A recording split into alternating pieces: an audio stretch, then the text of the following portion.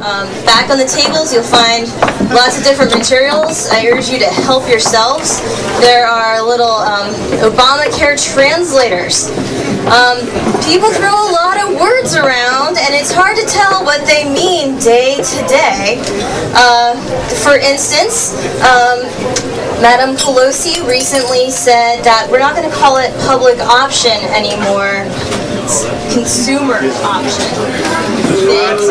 Consumer option, I believe she said, as if that's better or different. So we've taken a look at what these words mean and explained it to you, what they mean when they say like community rating and other things like that. It's a really good, important piece. There's also some blue folders. Those were distributed at our September 10th Liberty Summit that we held before the march. And in there are a list of targets that need to hear from you on healthcare and cap and trade, a list of the top 10 reasons to oppose cap and trade, and a lot of other good resources. What you can do tomorrow when you get up to start taking action on these.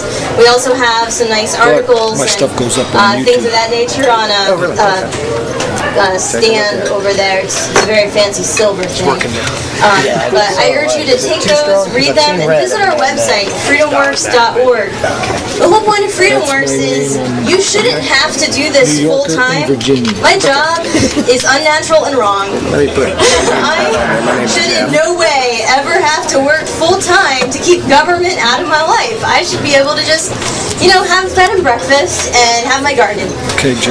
But I can't because I have to do this, and you shouldn't either. This should not be a big part of anyone's day. That's why we've made it easy for people to take action on our website. For instance, with healthcare, we have an online war room where you can send an email to Congress, sign a petition, make phone calls, which are very important. It's a great tool that will call you back and connect you directly with someone in the Capitol. There's also a whole list of what you can do, the boots on the ground. And that's where FreedomWorks and people like yourselves can really make a difference. And I think we saw that on September 12th. It's not enough to sit on our couches and complain. We need to take this message directly to our senators and representatives' doorsteps, and that means visiting them in their district offices. For instance, Senator Snowe, she stopped answering her phone the other week when she was not hearing what she wanted to hear. We had so many people calling in. So we called people in Maine and said, hey, you know why you're not getting through? She's not answering. A gentleman got in his truck and went to the district office that day to say, hello, vote no. We need to do a lot more than that. They need to hear from you in their districts, protest outside district offices, deliver handwritten letters, things like that, to explain personally how this will affect you and why you are opposed to the legislation. Same thing with cap and trade, not just healthcare. Cap and trade, my word. I mean, if there was an economy killer, if I was going to sit down and make a plan to ruin our economy, this would be pretty close to it. It's neat. It sounds great. All green and markets, wonderful things. Not so. Ken Cuccinelli,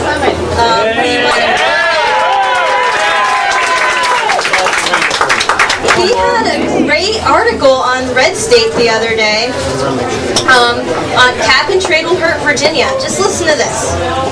This year's House bill was estimated by the Heritage Foundation to lose 2.5 million net jobs by 2035. The loss of economic output, 9.4 trillion. The jobs lost in Virginia, 52,700. The report also stated that by 2035, Virginians will see their electricity prices rise by $1,031.73 and their gasoline prices rise by $1.31 per gallon solely because of cap and trade. That's pretty dire. And these green jobs, do they think that those will be in addition to the jobs that you've just, taken out in one fell swoop? This is amazing stuff. I know that healthcare is really sucking up a lot of the media, but they, right now they just started in the committees in the Senate to do hearings again, and so we have to be paying attention to these things as well. I just wanted to thank you again for coming out this evening. It's going to be a great time. I hope that you'll get lots of good information that you can take back and put into action. I just have one last thing to leave you with on healthcare. I just saw this today. This is from the official summary of the Affordable Healthcare for America Act that Pelosi unveiled today. This is chilling. Government responsibility. It is the responsibility of the federal government to ensure that essential health coverage is affordable and available to all Americans by establishing consumer protections and insurance reforms, affordability credits, and overseeing a fair marketplace for people to choose among options. This is what we're up against. This isn't like this is about the Constitution and very basic things. She's saying that it is the government's job to make sure everyone has health care. This is really news to me. There are pocket constitutions in the back if you want to check me on this. But that's what we're up against, and we appreciate you all so much for sticking by and not giving up on this.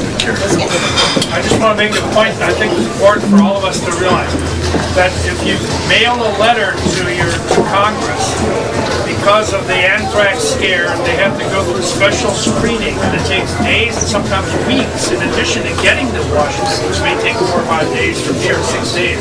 It may take 3 or 4 or even a week or more to get out of the screening office and into the senator or congressman's office.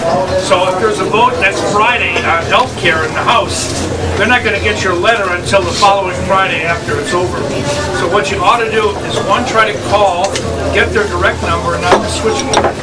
2, email, get their email address and email. 3, fax.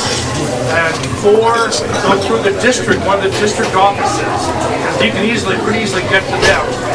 And then they will relay the message up to Washington. Right. Don't rely on regular mail.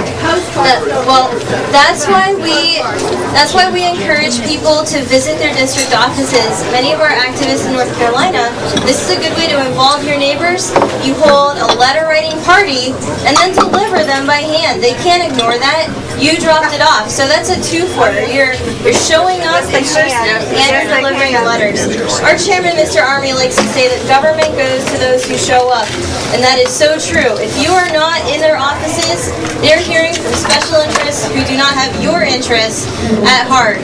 So thank you all for showing up tonight and showing up in the big fight. What happened?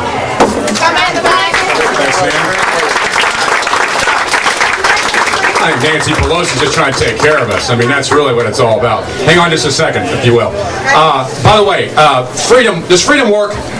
Does freedom? Liberals got the dictionary on and said, how do we win this battle?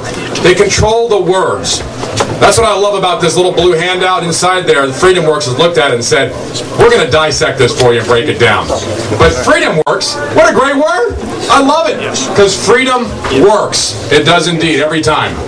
Okay, Josh Ebach, you're here somewhere? He was, where are you? You're up next. I know you're the intern for FreedomWorks. Helped us out greatly. You also helped start 9/12, and we're a part of that march. So come up and address the group if you would.